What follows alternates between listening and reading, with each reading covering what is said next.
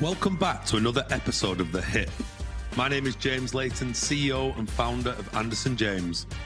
This is the podcast where every single week I bring you a leader from our sector to discuss some of the biggest challenges in UK housing today. Today on The Hip, I was delighted to be joined by Michael Newey, CEO of Broadland Housing. We talk about 20 years at the helm of Broadlands and how he's seen the evolution of the business and the sector in that time. He's a massive advocate of tackling homelessness and talks about some of the initiatives that he's involved in to try and solve this issue. And we also talk about Michael's view on professionalising our industry, having been the global president of the RICS, and what he thinks around such initiatives as the CIH qualification. I hope you enjoy this episode, and if you do, I'd ask that you like and subscribe. Michael, welcome to the podcast. Thank you very much indeed. Good to see you. Yeah, you too. So I'm looking forward to this, but just for the purpose of the listeners, obviously I know you are, but can you just tell us a bit about who you are and what you do? So I'm Michael Newey. I'm Chief Executive of Broadland Housing, which is a traditional housing association based over in Norfolk, but working in Norfolk and North Suffolk. And Broadland is in the midst of celebrating its 60th birthday. In fact, I am the same age as Broadland, so it does feel, very well matched. Yeah. Love that. And I know, obviously, you just mentioned this around the 60th year, but it's your 20-year anniversary this year. Is that right? It is, yes. It's a bit terrifying how time's gone. I didn't come for 20 years. I didn't have a track record in my past career of staying anywhere longer than about 3. I think I did 6 years with Richard Ellis, now CBRE, but 3 different roles. But, when you find the right place for yourself and you fit in and you can deliver some great stuff, it works. So yeah, 20 years has gone like a couple of days, really. I still feel new. What's made you stick, would you say? Because I know I want to go back to some of your background, actually, because it's quite an interesting background. But what's been the stickability, would you say, at Broadland for you? Probably a number of reasons. I think one is a value set. When you find that you're aligned with the purpose of an organisation and you're also aligned with the structure and place of the organisation, it really feels good. I actually think there's some, I'll say later, about the risks of actually following ego. And sometimes you have to actually know where you're supposed to be. The scale of Broadland, I think, really works. We're a community-based, local-focused. I know the geography. I know the local authorities. I know many of our tenants. If I drive through a village, I recognise our homes. And I quite like that scale. And we've got a great team. It's quite interesting in Broadland. So I joined, as you were just saying, 20 years ago, and we've evolved a lot. But at that point, we had 85 members of staff. 20 years later, including myself, there's 20 of us still there from 20 years ago. Wow. So we actually had a huge amount of focus and loyalty to the organisation. I think there was something about alignment with the purpose of the organisation, a real care in the staff team about the outcomes for our tenants and their neighbourhoods. So yeah, it just fits. And what have you observed as some of the big changes in that period? Like, what have been some of the evolutions, not necessarily just from a Broadland perspective, but just broader housing sector? What have you seen? That's $1 million question. How long? I think from the sector. So I joined the sector as an employee as opposed to a non-exec role. In 1997, so 26 years ago. And I came in as the development director of Peddars Way Housing, which is now part of Flagship. It was one of the founding members with Suffolk Extra Flagship. So one of the biggest differences on the development side is the amount of funding that's available. When I joined the sector, I was required by the board to make sure every scheme paid back in 25 years. Right. That would be lovely, wouldn't it? I mean, the reality is today, despite generating our own subsidies to support our development programme, we're nearer 50 years. So actually, there's something about the change to the sector and the way capital grants arrived and the prioritisation of government into ensuring that as not-for-profit businesses, we can deliver our purpose. Obviously, IT has moved enormously. The digital agenda has moved enormously in the last 20 years. I think things that I wouldn't have considered 20 years ago that we've done. So, for example, 12 years ago, we brought maintenance in-house. If anybody had said to me that, you'll be chief exec of an organisation with a DLO 20 years ago, I would have guaranteed that they were wrong. Right now, I absolutely know that's our front line. That's how our tenants judge us. Having a maintenance team who really believe in us, who demonstrate our culture and our values on the doorstep, who really care about our tenants. is really good. So there's lots of changes. I mean, Broadland was in a strange place 20 years ago, to be completely honest. We might come back to that a bit later, but it was going through midlife crisis. I mean, it was 40 years old. 40 years old, yeah. And so it had the joy of going through housing corporation intervention with supervision as we sorted out the governance of the organisation, the leadership of the organisation. So perhaps that's one of the other changes over the last 2 decades. I love that. And an interesting background, as you've said, if you worked as you're a chartered surveyor, aren't you, by background? Yep. So it's an interesting journey. I mean, why housing? Why did you get into it? Was there a reason, or is it just you fell into that development role and that was that? I didn't fall into housing. Actually. Okay, good. So, it's interesting listening to some of the other podcasts. So there was a clear choice, and it was an evolutionary journey. Yes, I'm a chartered surveyor by background. I'm also a fellow of the Chartered Institute of Housing, so I do wear both hats. Trained at Portsmouth Poly, as it was in those days, did surveying there, became a commercial surveyor. But even in those very early days, so 1992, 93, was sitting on the Department of the Environment's Flats Over Shops steering group, looking at how you could get institutional ownership of the high street to provide more housing. Ended up on the development committee of a London Housing Association, and I was on the board of the Empty Homes Agency. Actually, there isn't this big gulf between surveying and housing. It's really interesting. My wife is also a chartered surveyor. It runs in the family, and she manages here in Norfolk a business park, office buildings, but also 115 residential tenancies. And the 115 residential tenancies are very similar to how we run our homes and how she engages with her tenants. So actually, the chartered surveyor and the chartered member of the Institute of Housing aren't actually miles apart at all. No. But interestingly, how I got into housing at the end of the day, so I was working at Savills, and I was on the board of the Empty Homes Agency, and the Empty Homes Agency had this amazingly brilliant chief exec called Bob Lawrence, who's sadly no longer around. And one morning he phoned me and said, "Can I take you out to lunch?" And basically I said at lunch, "So what?" Anybody working for Savills listening to this podcast, and I apologise in advance, but he basically said to me, "Why are you working for a posh estate agents rather than working for a housing association?" Yeah. And he over this lunch in Pizza Express wrote on a series of napkins a JD and said, "You've got to promise me that if something like that comes up, you will apply for it." And actually, within 2 months, Peddars Way advertised something almost identical. So Bob phoned me on the Friday evening. I applied, and sort of the rest is history. We moved to Norfolk in 1997, and here I am 20 years after joining Broadland. Love that. And obviously, like, RICS plays quite an important role now in the housing landscape. How do you reflect on that? Because obviously you were global president, I hope I get this right now, of RICS 2013, was it? 2014? Yeah, 10 years ago. 10 years ago. How do you reflect on that tenure? Because that's really, really interesting, that. I think the RICS is a really interesting entity, and it's now 155 years old. I think 1 year as president is just sort of the key ambassadorial role, right. And actually I had something like 30 years of active involvement within the institution. Yeah, okay. And focusing for me particularly on standards, professionalism, and public policy. I very much saw the RICS as a public interest entity. Yes, it's got members. It's now got about 125,000 members around the world. Yeah. But ultimately, the credibility of the individual member is dependent on the credibility of everybody else. So actually, one member behaving badly actually damages everybody else. But also the credibility of members to work and to consider the public interest of what they're doing. Back in the 90s, I chaired the residential policy panel for the UK for the RICS.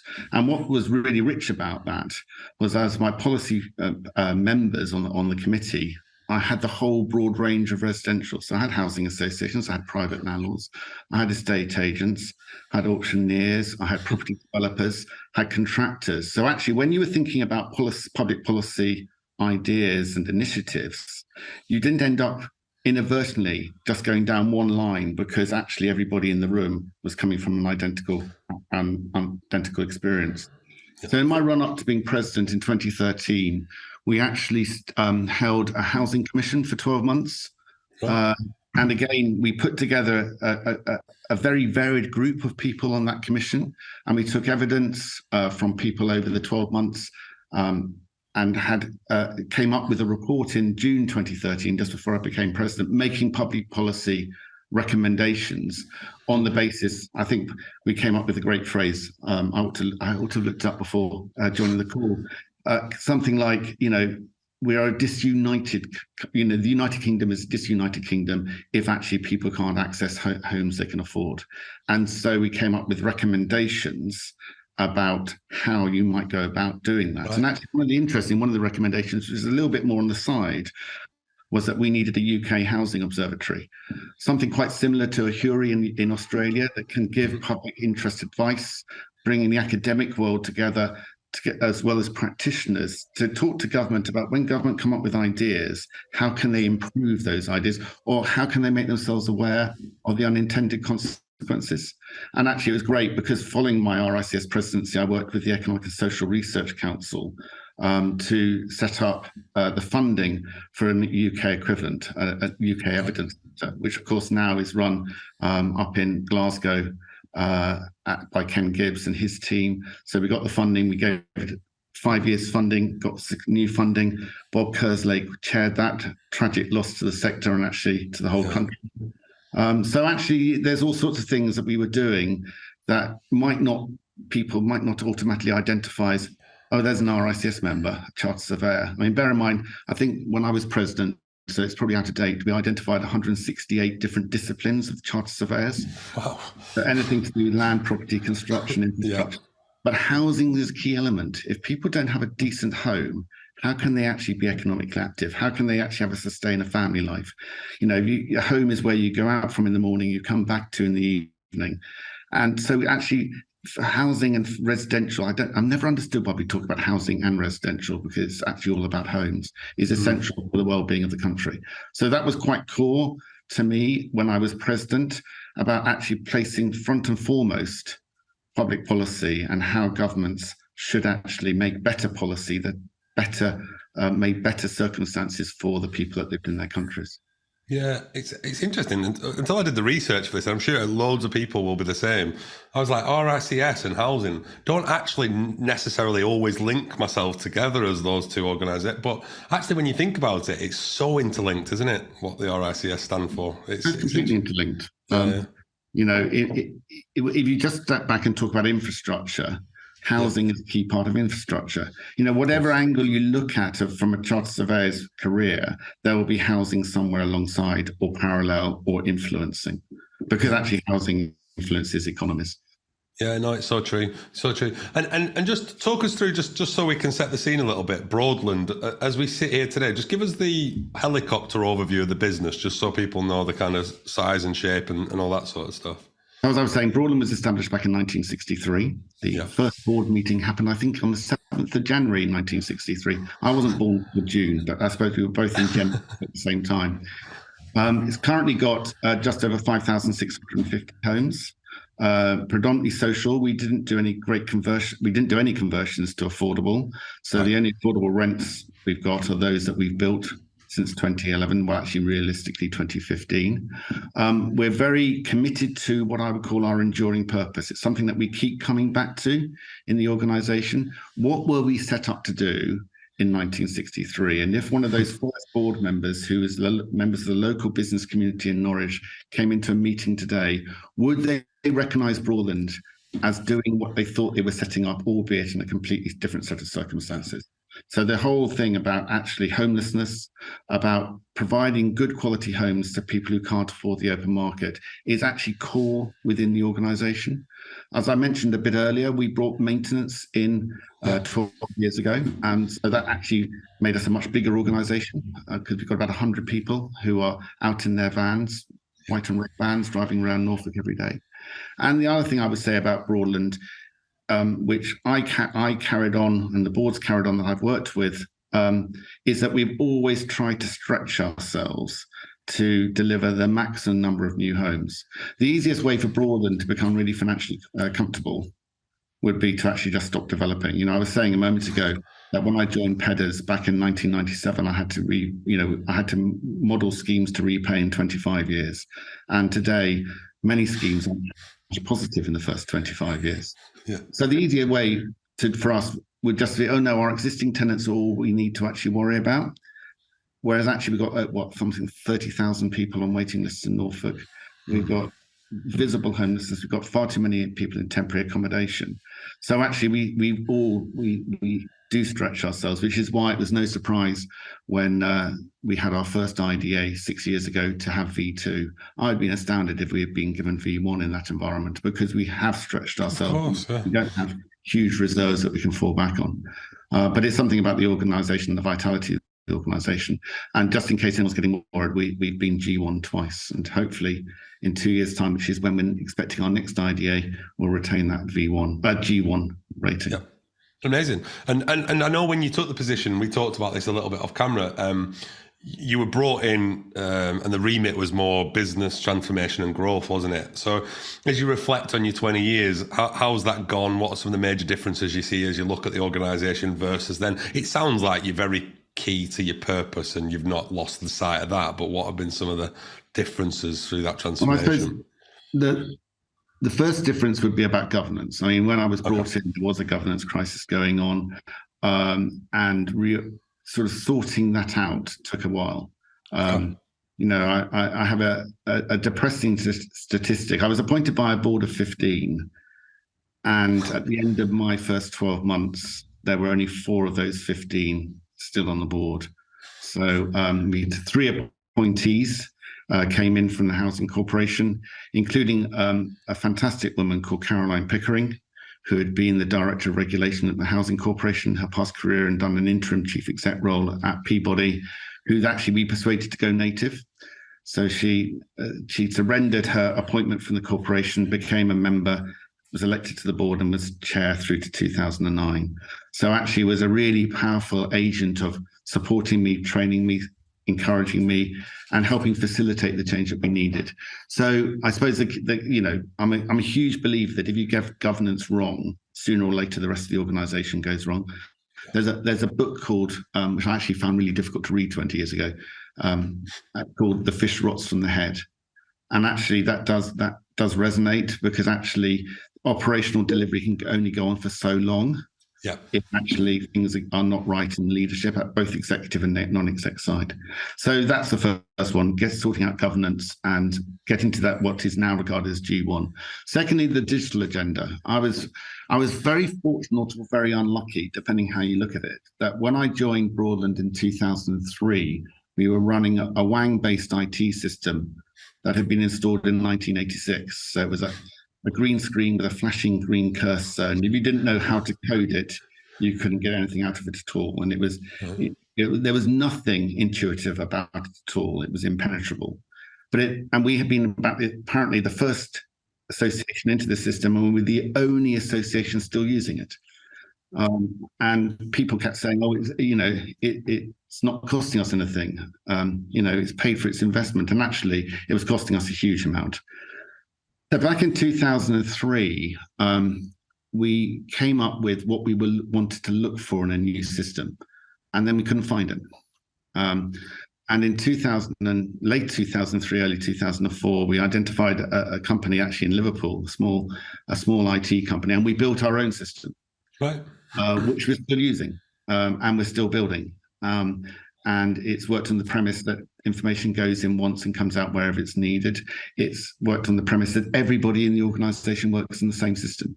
So I think we were an early adopter of a truly digital agenda. Right. And I think one of the big changes over 20 years is now everyone is evolving digital, of course, every week. And we're fortunate to be data rich. And therefore, we love data. I love data driving decisions, informing decisions, informing whether you can be reassured about something or not. So I think we're quite good on data nowadays. But we've remained where we are. In 2004, coming out of the governance crisis, actually, I took a paper to the board and asked them to agree our boundaries. So our development team only have authority to build schemes in Norfolk and what is now East Suffolk. And we said, even back in 2004, if somebody comes along and offers us a scheme in Sutton Bridge, that's just over the border in Lincolnshire, we'll say, thank you very much indeed. We suggest you work with Longhurst or whoever it might be. So it's actually knowing where you're supposed to be and not getting carried away into sort of growing an empire across the east of England or something. So I suppose that's more the focus we got. I'm not sure I've answered your question, but no, you have, and I think it sounds to me you said this about your. I think you said enduring purpose. I think you've tried to maintain your vision and values along that period, haven't you? So that's not changed, but some of the things that you've had to adopt will have changed, I presume. And obviously we talk a lot on this podcast around collaboration and how as a sector we're going to solve the housing crisis, but you've done something quite interesting down in your local area, which is the Independent East Group. Can you just tell us a little bit about that? Because I suppose that's a collective or a collaboration of organisations that have come together to solve a problem, is it? It's an informal, formal partnership, maybe? I don't know. So background in Independent East was 4 or 5 years ago. Okay. 5 housing associations in Suffolk, Havebury and Orwell, in Norfolk, Saffron, Freebridge and ourselves. So 2 traditional housing associations, Orwell and ourselves, and the other 3 are stock transfers. All based in Ireland, Norfolk or Suffolk, all less than 10,000 homes. Actually, I think all less than 8,000 homes. All with focus on purpose, but also on long-term independence. The idea that actually we didn't want to go off and join a national housing association or a bigger regional housing association, but that we could make some efficiency gains from working together. So that was the sort of premise 4 years ago, and we crystallized it almost exactly 4 years ago. And at that point, it was, so let's now really build the relationship and work out where we can do things effectively together. Now, what was interesting, of course, was in March 2020, COVID came along. And in that first week of the first lockdown, the 5 chief executives met on Teams. And actually, for the next 2 years, we met weekly on Teams, and now we meet every fortnight on Teams. So as a leadership level, you worked into an environment where you trusted each other, you knew each other, you felt very comfortable sharing challenges and problems, and sometimes sharing embarrassments. Yep. And actually encouraging each other. So that was sort of the starting point, I think, of building relationships. There was already quite good relationships between our chairs, interestingly. They were already meeting, and actually we now regularly meet as chief execs and chairs together. Over the subsequent 4 years, 3 years, however long it's been, 3.5 years, we've done lots of work together, including, and I think this was quite interesting, about a year ago, just under a year ago, bringing together a conference of all our board members and our involved tenants in one place at the same time, and having people like Kate Dosworth come along from the regulator to talk to that environment. So actually not being so protectionist that you don't want people to talk and have dialogue and work out what we can do better together. The things, we've got lots of working groups and people are working with their peers at different levels in the organisation. We actually did a framework this year to appoint internal auditors. So we're currently Saffron and ourselves are working with TIA. Orwell are joining next year, and considering where we might go in the future. It's not mandatory. None of the initiatives that we do is mandatory. 2 members want to do something, or 3 members, that's absolutely fine. It doesn't need to be all 5. We do monthly benchmarking now. So rather than we introduced quarterly benchmarking last year, we now actually, in the last month, a week of them each month, we generate a Power BI that's available to all board members across the 5 associations and exec teams, saying how we're doing on all the basic KPIs of running an association. So you can actually say, that's really interesting. Havebury do something better here. They're getting a better result. Why is that? Can we understand? Is there something that we could be doing, or is there something unique about our circumstances? I think where we've come to now is really an understanding that we would do independently things that are very much aligned with our purpose, that preserve our purpose. But where actually we can get benefit from doing things together, we will look at doing things together. And I think that whole level of trust is probably what it's been built on.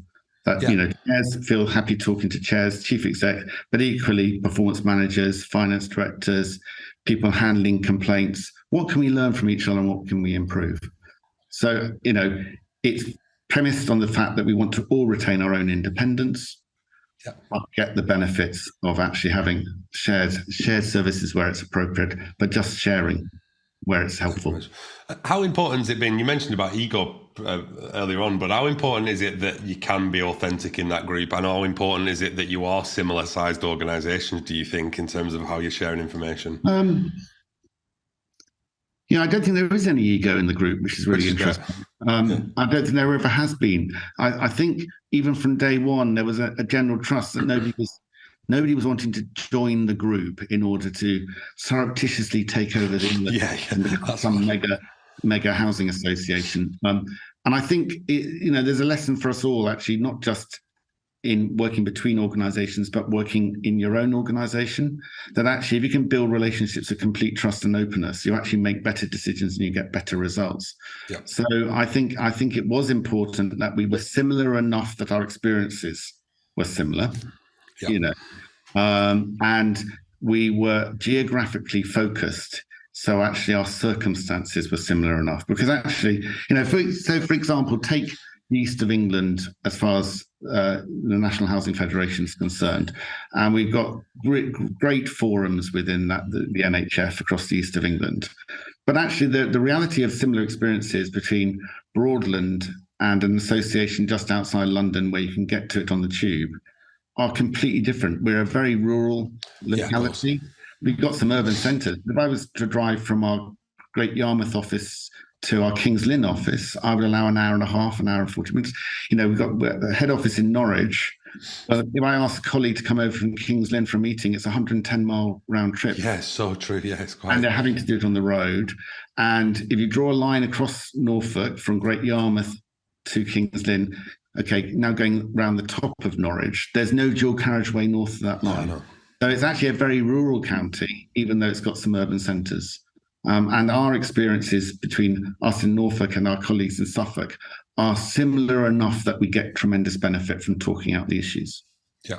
No, it sounds amazing. And it, as you said, testament that you did the COVID period with that group and you're still here to talk about that in terms of you're still together. I think like some of the groups that I see that have been formulated sometimes have too many people in them, too many stakeholders, and it's very hard to share the right knowledge. But it sounds to me that that's a really beneficial group for each party, otherwise they wouldn't be part of it, right? So it's important. Absolutely.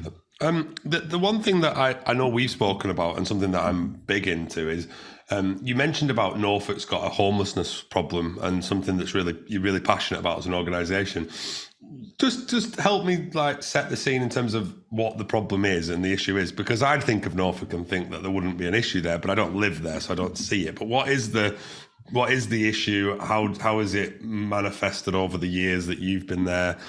And I suppose I know that you're part of a group that's helping to shape how the solution will work for that. So I just want to understand what's going on. So I suspect that the homelessness challenge in Norfolk is actually quite similar to other areas. It's just sometimes less visible. Yeah. I know where to go to spot rural rough sleeping, and the reality is people come to Norfolk and they think of our wonderful beaches or cathedrals or cars, but actually there's quite a large amount of Norfolk which is really unaffordable for people. Right. And therefore there is a lot of people living in temporary accommodation. I'll give you a good example. One of our local authorities has something like 150 families on the waiting list waiting for 4-bedroom properties and a similar number for 5-bedroom properties. They have had no 4 or 5-bedroom properties in the last 36 months to let to those people because nothing has become available. Therefore, those families actually, it seems ludicrous, in temporary accommodation, because if they bid for 3-bedroom property, they're bidding for property where they'll be overcrowded in, and therefore they don't get the nomination. And so it's not just visible homelessness, which you might see in Great Yarmouth, King's Lynn, Norwich. Of course. Actually, there's quite we all know the majority of homelessness isn't visible. something like 85% of homeless isn't absolutely. Yeah. And so I expect our problems aren't too different to other areas, just different scales and different places.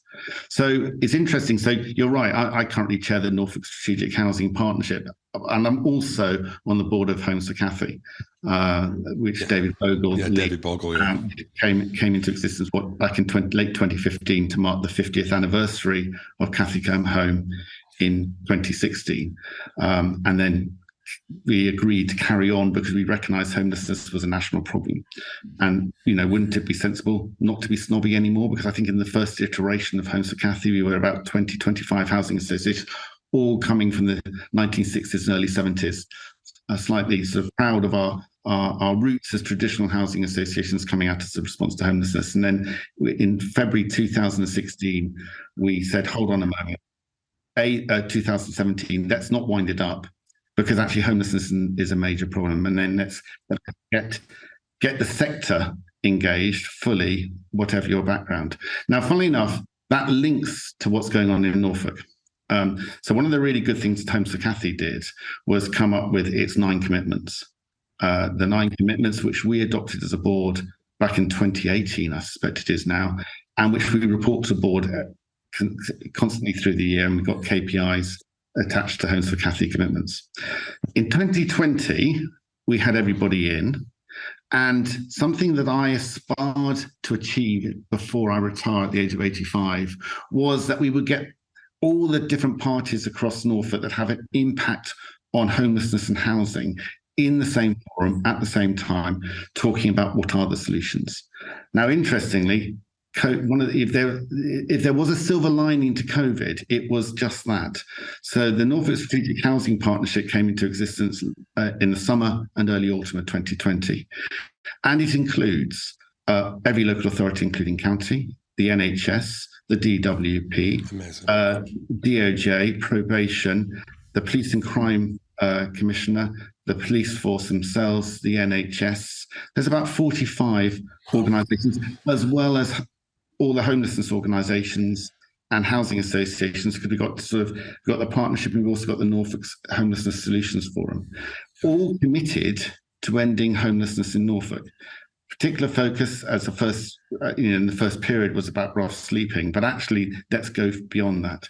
Yeah, of course. Interestingly, so we've just been consulting the members this year and just adopting the Norfolk Strategic Housing Partnership commitments, having seen the success of the Homes for Cathy commitments as driving action, because actually, if you report something, you're more likely to do it.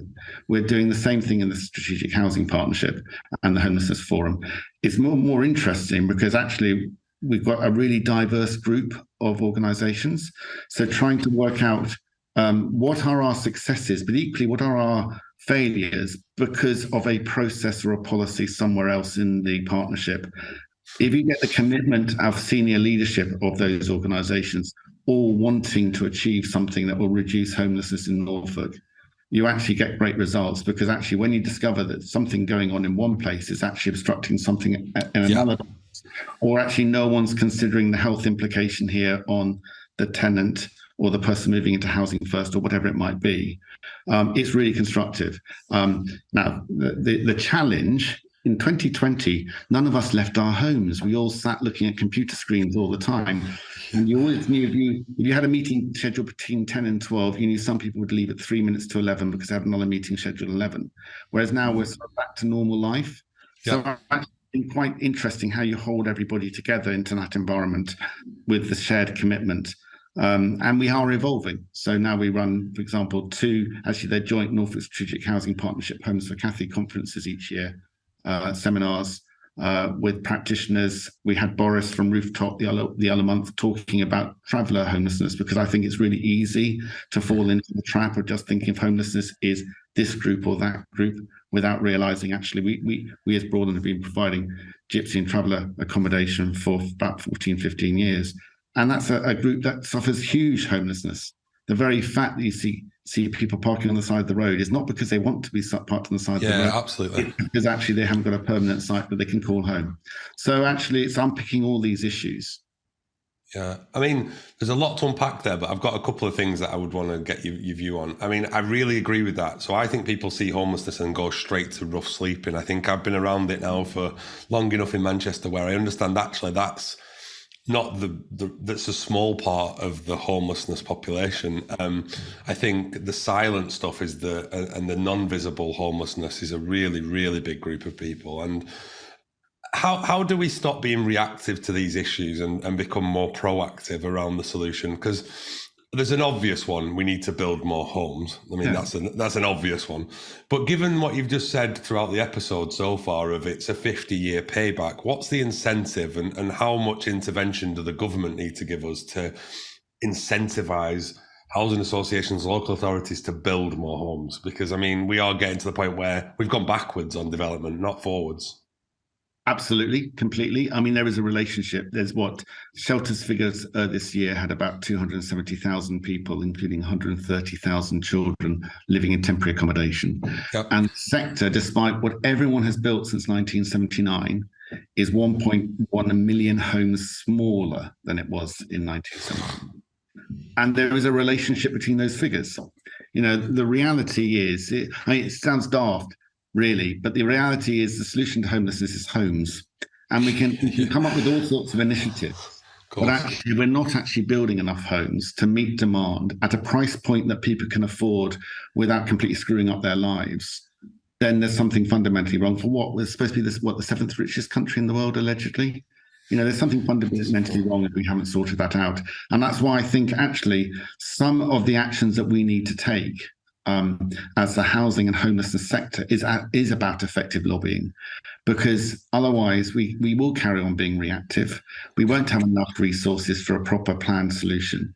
And I think there's all sorts of arguments on economic grounds and health cost grounds as to why actually good quality housing is a much more efficient and effective investment by government than actually just constantly moving the problem around and passing it on to the next person. I can't remember the exact figures, which is really frustrating. I counted how many prime ministers and housing ministers we've had in the history of Broadland, and it's quite a lot.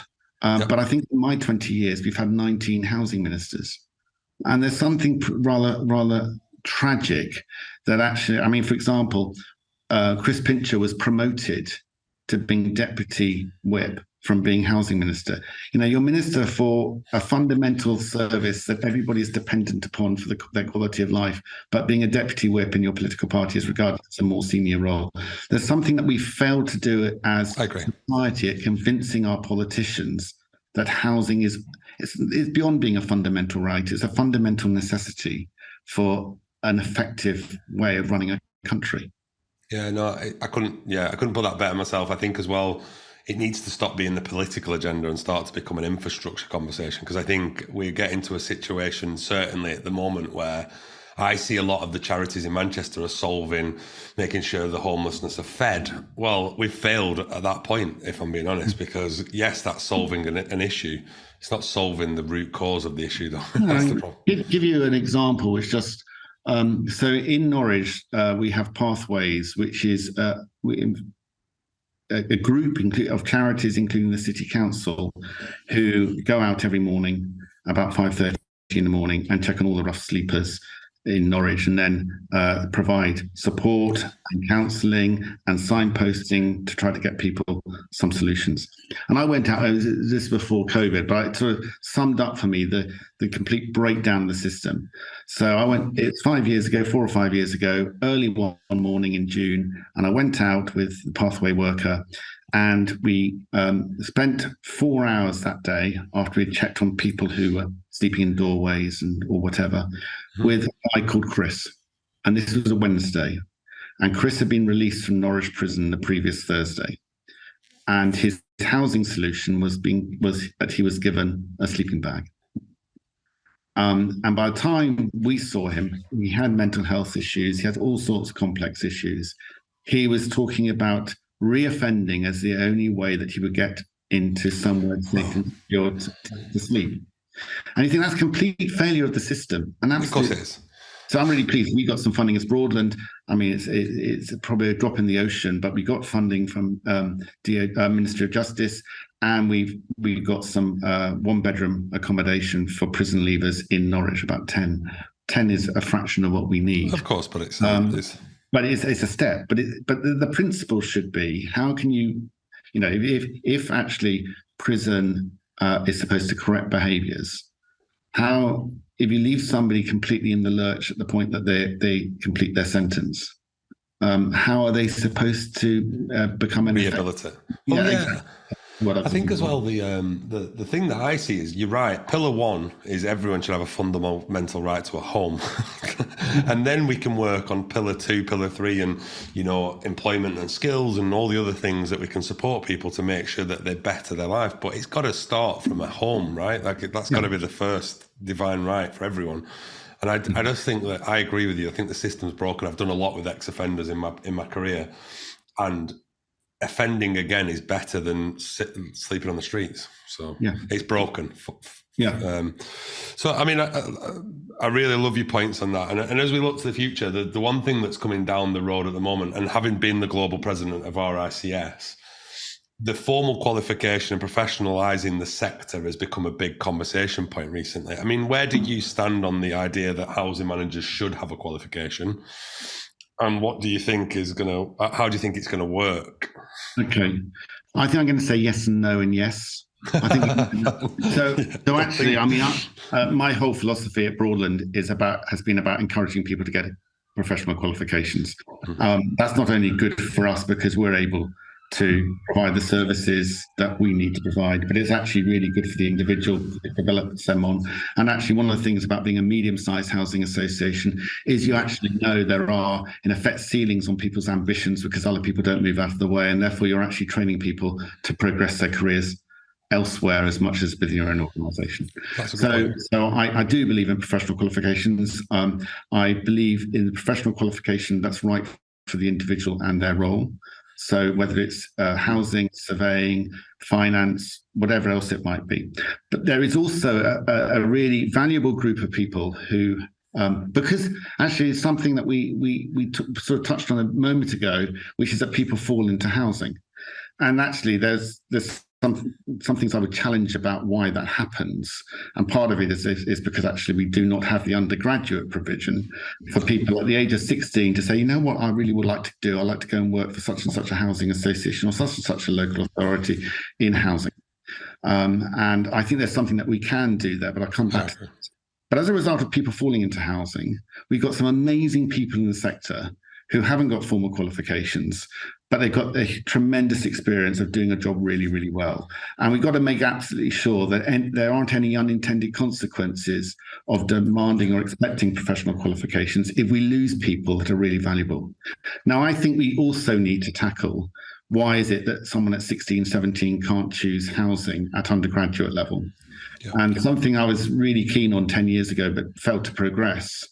But I'm quite involved in my old, well, it was a polytechnic when I was there, but my old university now, is there's something like the RICS have partnership arrangements with 52 universities in the UK. And, you know, so I chair the surveying advisory board at Portsmouth University, where we've got building surveying, quantity surveying, property development, and various other courses. Nearly all of those courses, if you put a couple of extra modules in and took one or two modules out, would actually be brilliant for training people to become charter members of the Institute of Housing. And I actually think that, you know, rather than saying that the professionalisation of the sector is done in a postgraduate sort of way to level 5, there's a real opportunity to do it at undergraduate level as well. And then, you know, we're talking about where's the future of the sector coming from. It's great that people fall into housing. It would be even better if people were able to choose housing as a teenager, get an undergraduate qualification, get charter membership, and go on through. And they will be our aspiring leaders of 20 years' time, 25 years' time. So there's firstly, I don't think it should also just be the CIH. I think RICS and other qualifications are all valid. And secondly, let's actually work out what the journey is for people at the younger end of the profession, as well as ensuring that we keep the people who are older, who have got tons of experience, in the profession as well. And by profession, I mean the profession of delivering social housing. Yeah, I think that's really well summed up and a nice balanced view. From speaking to people in the sector, I think certainly one side of that, I agree. I think on the qualification to come into the sector, I really do worry that it's not a knee-jerk reaction and we end up losing some really good people out of our sector, especially in the housing management roles where it's very difficult to recruit anyway. So we don't want to make the barrier to entry harder than it already is. So it'll be interesting to see how it plays out for certain. Don't make barriers harder, but equip people to do their job effectively. Agreed, totally. Yeah. I think that's the perfect way to put it. And I notice, more chief execs retiring at this point. I think more than ever, especially after COVID. I think that was there's a big gulf of people deciding to retire. I'm interested to get your view based on the fact you've worked in the private sector and public sector. I'm really interested to understand what advice and what skills does the future leader need now to become the next chief executive of a housing association? What would be some of your insights and some of the things that people will need to upskill on to become the next leaders of our sector, do you think? I think you're going to mention data because you seem like someone that loves data. I do love data, but data isn't everything. I think there's something about, gosh, what advice would I give? I think, first of all, I would suggest be ambitious for what you can achieve, but make sure you're not driven by ego. Yeah. I do think, the reality is that, whether we pretend otherwise or not, all chief executives must have been ambitious at some point to actually apply for the job. They could do it. It is an argument sometimes that we don't always apply for jobs that we believe we can do, but we think we can catch up somewhere along the way. I think identify your blockages. I really enjoy mentoring people, and one of the conversations or coaching, I suppose it could be, it has always been, is where do you want to be in 10 years' time? So what's the journey to get there? If you want to be a brain surgeon in 10 years' time and you've only got O-level biology, well, that's showing my age, isn't it? GCSE biology, there's a long way to go. Of course. But in the same way, if you want to be a chief executive or a director or senior manager in housing, what is it that you need to learn along the way? What is the qualifications, if any, that you need? I would always encourage people to align with their values. So the reason that my friend Bob Lawrence back in 1996 was able to identify with me that actually I'll be much happier in housing was that he knew me really well and knew that my value base was aligned much more in the not-for-profit sector delivering housing than it was in the commercial sector delivering profit, in inverted commas. I would also remind people that they've got to expect to change. Leadership is a journey, and actually if I use today exactly the same leadership approach as I had 20 years ago, it wouldn't work. You've got to actually accept that you're going to change, the organization's going to change, and actually one of your biggest successes will always be about people. Whatever your job, actually, even if you're manufacturing widgets, you're still dependent upon people. So actually polish your people skills, polish your listening skills. I would also say don't expect to always be popular. It's really important to listen. All chief execs to a certain extent are amateurs because everybody else knows how to do their job. And even if you come from the shop floor, you're out of date. So you've got your listening skills, your analytical skills, yes, the data, the point you were making earlier. But sometimes you will have to make decisions that won't be popular and that people won't necessarily agree with. And you've got to also get to yourself of being comfortable with that, because actually leadership isn't a popularity contest. No. You might have to convince an appointment panel to appoint you in the first place, but actually your credibility comes down to how you deliver the job, how you make decisions, how you ensure that you're value driven, and how you deliver the purpose of the organization. So you've got to be a happy person, and I believe everybody going to work should be happy. Why on earth would you want to go to work doing a job you enjoy? Yep. Find the alignment with your own personal values, your own personal conviction, and then commit 100% to it. Yeah. No, it's really good advice. How big of a role do our current chief execs, you included in that, obviously, have in playing a role of developing the next leaders of our future? So you talked about mentoring and coaching there. I'm a massive believer in it across sector.